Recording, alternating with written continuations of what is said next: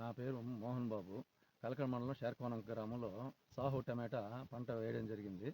దీనికి మంచి దశలో కాయ ఎదిగే దశలో నూనె కట్టు రోగం తగిలి పంట మొత్తం డ్యామేజ్ అయిపోయింది.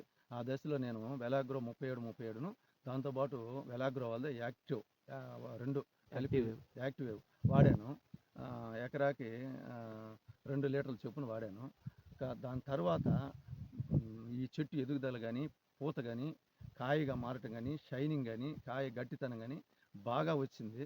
కాబట్టి రైతు సోదరులు దీన్ని వెలాగ్రో వాళ్ళది 37 యాక్టివ్ వాడుకోవటం చాలా మంచి. కాయ దశ ఇది 4 పంటలు కోసిన తర్వాత, ఇది పంట 4 కోతలు కోసేసాను.